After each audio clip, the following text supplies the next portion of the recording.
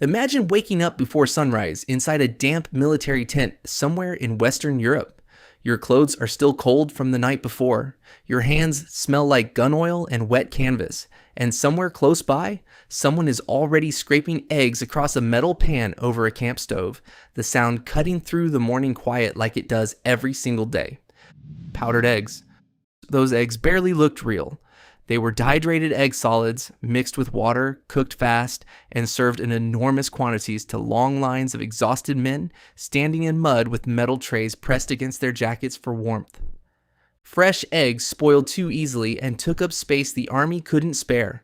Powdered eggs traveled better, stored longer, and by the middle of the war, most soldiers recognized the smell immediately. The salt tins on mess tables emptied quickly. Some men drowned the eggs in pepper or hot sauce when they could get it, while others ate standing up without even looking down at the tray. After a cold night outside, warm food didn't need to be memorable. It just needed to exist. K-Rations. Most days, soldiers carried their food before they carried much else. The K-Ration had originally been designed for paratroopers. Small enough to disappear into a cargo pocket, light enough to move through long marches without slowing a man down too much. Each waxed cardboard box was divided into breakfast, dinner, and supper. Though, after enough weeks in the field, those distinctions stopped mattering very much. Inside were hard crackers, powdered drink mixes, chewing gum, cigarettes, and small tins of meat or cheese.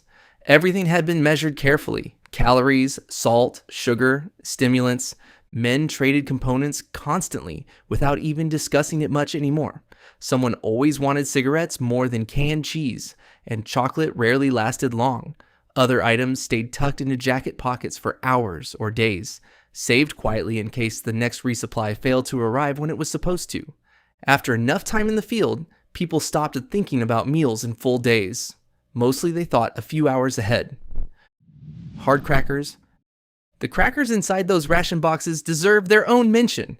They were dry enough to splinter against frozen ground and hard enough that many soldiers softened them in coffee before trying to chew. Broken pieces ended up everywhere, in coat pockets, blanket folds, ammunition bags, even rattling around at the bottom of steel helmets alongside loose cigarettes and matches. Sometimes the coffee tasted faintly of cracker dust afterward, but nobody paid much attention to things like that anymore. Hunger has a way of lowering standards quietly, one small adjustment at a time, until habits that once would have seemed strange start feeling completely ordinary. Canned cheese. Along with the crackers usually came canned cheese, thick, pale, heavily processed, and strangely oily in cold weather. Soldiers spread it with pocket knives, spoon handles, or whatever else happened to be nearby. It had a shelf life that felt almost unnatural, which was precisely why the army liked it so much. Some men hated it immediately and kept eating it anyway because there wasn't anything else.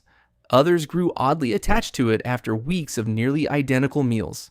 In the field, even tiny changes in flavor or texture started carrying more emotional weight than they normally would. Not because the food itself was especially good, but because repetition wears people down in ways that have very little to do with hunger. Spam. And after enough weeks overseas, spam started appearing almost everywhere. Fried in grease when there was time, pressed between slices of bread when bread existed, eaten cold directly from the tin when it didn't. Spam traveled well across oceans, survived changing weather conditions, and could sit inside supply depots for months without causing much concern. The liability mattered more than taste by then. Soldiers joked about it constantly in letters home, complained about the smell hanging around camp stoves, and still reached for it the moment supply lines became uncertain.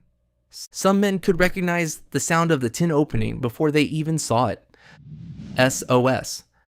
In larger camps and mess halls, one particular meal kept returning over and over again.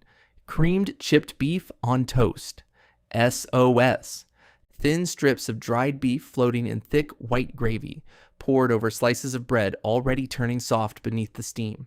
Cheap ingredients, easy to prepare in huge quantities, filling enough to keep people moving.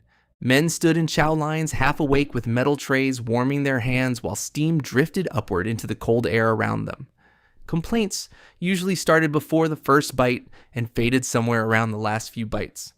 After enough days eating cold rations in the rain, soldiers stopped asking very much from a hot meal besides warmth.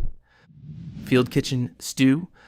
After several days surviving on canned food and ration boxes, reaching a field kitchen could change the mood of an entire group almost immediately. Large iron pots sat over field stoves before dawn, filled with stew, potatoes, chunks of beef, onions, carrots if supplies had come through recently enough.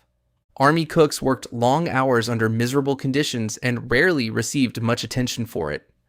Soldiers gathered around the heat, holding mess kits close to their chests, eating slower than usual just to make the warmth last a little longer. Some lingered near the kitchen after finishing, pretending to adjust equipment or refill coffee cups simply because standing near hot food reminded them briefly of normal life. For a few minutes, conversation sounded more natural again. Army coffee, and almost everywhere the army went, coffee followed close behind. Burned dark in metal containers, poured into dented cups that transferred heat directly into cold hands before the first sip even came. Soldiers drank it sitting on ammunition crates, inside transport trucks, beside foxholes, in buildings missing half their walls.